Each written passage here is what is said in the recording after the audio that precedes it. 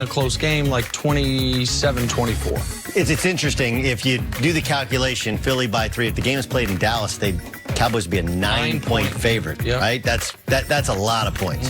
I think the Cowboys win by 5. I think they do cover the number. I don't want to come down to a field goal considering the disaster that has been their field goal kicking this year. So I'm pick 5 points for the Cowboys. There you go.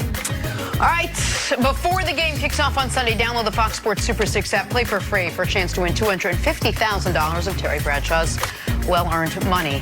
Time now for us to go viral. So Adam Sandler plays Kevin Garnett's jeweler in his latest movie, but he has some hoop skills of his own. Check out Sandler ballin' during a pickup game at an LA fitness gym in Atlanta. I used to always think you guys were joking about the LA fitness. Okay. This is really a thing? All right, so that highlight right here on the baseline, the one we just showed is... You had a jump shot? No, listen, Sandler's actually a good basketball player. But some of the defense played in this game, like, I don't know if it's just out of respect for the brilliant film that Happy Gilmore was, but we're going to show this. It's Sandler. Are we going to watch this? I mean, watch this young fellow. What do you? Come on, man. That is come on. More offensive than the defense is the outfit that Adam Sandler has chosen to wear. Yeah, doesn't he get? He did not get. Well, no, he did not get. It's not tight. It's too tight for him. Really? And the long, super bad. No. It happens to be too tight for him. I'm not saying anything about his body. He has a great body, maybe. I don't know. But that shirt's too small. Well, also, the color's off. And the shorts, we've actually passed over the long short. Well, I have plenty of shorts that are shants. They're that long. Yeah. Right, but we actually passed over. You don't wear them at an LA fitness. No, now the kids, they roll them. You want to roll them, you want short shorts. The short shorts are back in. Yeah, the LeBron. LeBron's bringing it back with those No, it's not LeBron. Legs It's not LeBron. It's other guys have been. LeBron actually is picking up on what the younger kids are in fact doing. Keep talking about this. I'm gonna revisit what happened a moment ago. Jenna Wolf body shaming Adam Sandler. She absolutely didn't. A little bit. You weren't. A little bit. A little bit. I'm with Nick on this one. Hey, all of America. Sandman, I'm available for He's wearing a baggy shirt, and you said it was too tight on him. You weren't body shaming. Just picked the wrong size. That's nothing to do with his body. Yeah. You said it's a tight shirt. I kind of felt like you didn't want to see all that. Stories. Yeah. Let's talk about stories to start your morning quickly now. On Wednesday, Dak Prescott was limited in practice for the first time in his career because of a shoulder injury that he suffered last week against the Rams. However, he says he's still good to go Sunday at Philly. Nick, can the Cowboys win if Dak isn't 100%? Yeah, I think they can. I don't think they need Dak to be 100% to win this game. Now, I understand. I just said I think Philly's going to win the game. I do think Philly's going to win the game. But if Dallas wins, the method is not Dak throwing for 400 yards. The method is the way they've always beaten Philly when Zeke's been out there, which is Zeke has a monster game and Dak doesn't turn the ball over. He can do that even if he's got a bit of a nagging shoulder injury. I'm not sure he's ever thrown for 400 yards in a game, to be honest with you. So I agree with you. I don't think he has to be 100%. I do think that he has to, he has to be able to throw a football. Like between being competent and being the best version of yourself, he needs to be more on the side of at least competent. If not, they could really struggle. But I don't think it's that type of injury. No, I don't think there would be the I'm gonna certainty play. The certainty of it if it was really in question. All right, on to the Patriots now. Tomorrow they look to clinch an 11th straight AFC East title when they host the 10-4 Buffalo Bills. All of that despite New England's offensive woes. Nick, will the Pats beat the Bills and win the division? I think they will eventually win the division. I do not think it will be this weekend because I think Buffalo's going to go to New England and win. They could have beaten New England the first time around in a game when New England still had Josh Gordon, in a game when Julian Edelman was healthier, in a game when the Patriots blocked a punt for a touchdown and still only managed 16 points. Buffalo is playing. They're a legitimately good team. My dark horse preseason playoff pick that I thought was going to sneak in at 9-7 might get to 11 or 12 wins, and I think one of those wins comes this weekend in a very tightly contested game. Listen, I'm excited for this game. Almost as excited as Jenna is for her workout of the day. Like right now, that's what she's doing right now, right? I'm super excited because I do think the Bills have a legit shot. But there's something that we've learned, right? Sunrise in the east, sets in the west. Don't attack Russia in the dead of winter or fight a war on two fronts in Europe, right? These are things we know. Right? Kansas is going to win the Big 12 in basketball. And the New England Patriots are going to win at home in December and win their division. Like, I don't know how they'll do it, I don't think their personnel is particularly good on offense. I think Tom Brady looks close to over the hill, close to being done. But they're going to find a way to win this game. Death, taxes, and Pats at home in December. Finally, Milwaukee NBA Finals preview last night. Giannis hit a career-high 5 3-pointers to help lead the Bucks. And after he hit his 5th three, he did a crowning motion as if he was anointing himself the new king of the NBA. Nick, is Giannis taking the crown from LeBron as the best player in the game, or did I misread that entirely? No, that's what he was doing, and I loved it.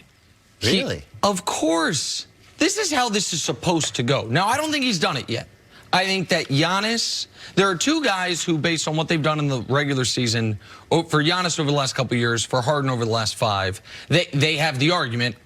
Nobody's better at basketball than me, those two guys. But because neither of them have taken their team to the NBA Finals, forget win a championship, even gotten to the Finals, we put a discount on it. We graded on a curve to a degree.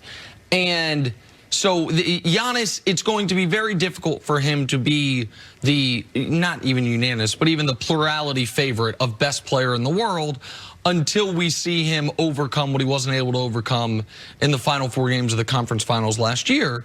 But this is what is supposed to happen. He is the most physically gifted player in the league. He turned 25 last week. He's the reigning MVP. If you're a great, great player, you win MVPs in bunches. Like LeBron won 4 out of 5. Larry Bird won 3 in a row. Jordan won back-to-back MVPs multiple times. Like Giannis is supposed to. Duncan won back-to-back. Giannis is supposed to win back-to-back MVPs and supposed to feel like he's the best player in basketball. Now, right now this season, would I rather have Giannis or LeBron over the course of the regular season? Giannis. That's why he was my pick to win the MVP. Would I rather have Giannis or LeBron over the course of this year's playoffs? The answer is still LeBron. But Giannis can change that. Giannis, and maybe he will change that, and it wouldn't be shocking to me if he did, Doug. So let me get his argument straight. I just want to make sure he said it right. I love this. You have to have the great regular season and then prove it in the postseason, especially if you proved it against LeBron and LeBron's guarding you, right? That would be like vanquishing the greatest player in the league would put you as the best player in the NBA, right? You're going to try to bring up Kevin Durant. Yeah, Kevin Durant did it, but he's not playing basketball right now, I understand. But I don't think that Giannis is taking the crown from LeBron. LeBron has the crown because he's done it for so long, but he hadn't been truly the best player in the league for probably... His last healthy year, there is no argument that in 2018, when LeBron James played all 82 games, and then 2 7-game series, 1-1 on the road, 2 buzzer beaters in the playoffs, and a 51-8-8 in Game 1 of the NBA Finals, which was his last healthy season before this one. So last season, no question, he wasn't the best player. There is no argument there was anyone better in basketball than him that year. None. Why? Kevin Durant was the Finals MVP and played better than him over the length of the NBA Finals. You want to take Game 1? That's great. Congratulations. It wasn't his fault. It wasn't LeBron's fault that J.R. Smith doesn't know time and score and situation. And I'm sure he's sitting there going, I'm working with a bunch of idiots here. I got to get out of town. Okay? He was great, but Kevin Durant consistently has shown us in the NBA Finals that he was the better man at the exact same position. If you want to point out that in that year they didn't have the better surrounding cast or even on same plane, I'll agree with you, and it makes it really hard to judge. My point is that I think Kawhi Leonard currently has the crown in the postseason. The postseason is where you earn the respect of the league. The postseason is everything in the sport, even more so than football. Like football, we do make it about Super Bowls, a number of Super Bowls, and that's why Tom Brady's the GOAT, even though Aaron Rodgers is probably the better quarterback. But, you know, Dan Marino still won Super Bowl, but you have to do it in the postseason. So Kawhi, so there was a point in time when Tony Parker had it. No, he won Finals MVP. Yeah, but Tony Parker was never the best player on that team. Tim Duncan was. Okay, so there was a time when Dirk Nowitzki had it then. He had the one-time NBA Finals, one-time MVP. Yeah, I think there was a year. No, there wasn't. There was never. No, because Dirk. There was never a time he was the best player. Here's the argument against Dirk: is he never did at the defensive end. All these guys that we're talking about, okay, whether it's Giannis, Kevin Durant didn't have it even when he was the best scorer in Oklahoma City because he never dug in defensively until he decided, hey, there's another end of the floor. These guys never had it because there was a guy named LeBron James who was obviously, clearly, and statistically better than all of them. But Giannis might end that. Like I do. Do you think Giannis can end this year with the title? Yes. And do you think if he does that, he'll be the best player in basketball? Yes. Again, it kind of depends, right? But if they win the title, he's going to have to have been brilliant because they don't have enough. Yeah, there's no other guy. There's no other guy. I mean, they could collectively shoot a bunch of threes, but he's going to have to be great. I think the fascinating thing would be if he gets there and he doesn't see LeBron. Like, right, when we see this matchup, we never got LeBron and Kobe in the same NBA Finals, so we didn't see the passing of the torch there. It just had to be a passing of the torch because LeBron kept getting to the NBA Finals, and Kobe's team could, Kobe ran out of gas and it was dysfunctional, then he got hurt, right? So I would love to see those two, but I also think that if we see Kawhi, the reigning Finals MVP, and, then I think the crown could be passed in terms of Finals best player. So if the Bucks make the Finals, here's the thing that is so exciting. No matter who they play, unless somehow Denver, Utah make the Finals, which I don't think either one of us think they're going to, we are going to get to see somebody either hold on to or reclaim it. Because Bucks, Lakers, LeBron, Giannis, one of them's walking away with it. Bucks, Rockets, Giannis, Harden, one of them's finally saying, I have vindicated, finally for Harden, not finally for Giannis. That's not a fair word to attach to it. Hey, regular season MVP, regular season dominant, or Clippers, Bucks. Kawhi trying to do it again, the third team with the championship, or Giannis. So no matter what, this is barring some unforeseen injuries like we had, unfortunately, in last year's regular season and postseason, we're going to get this question answered.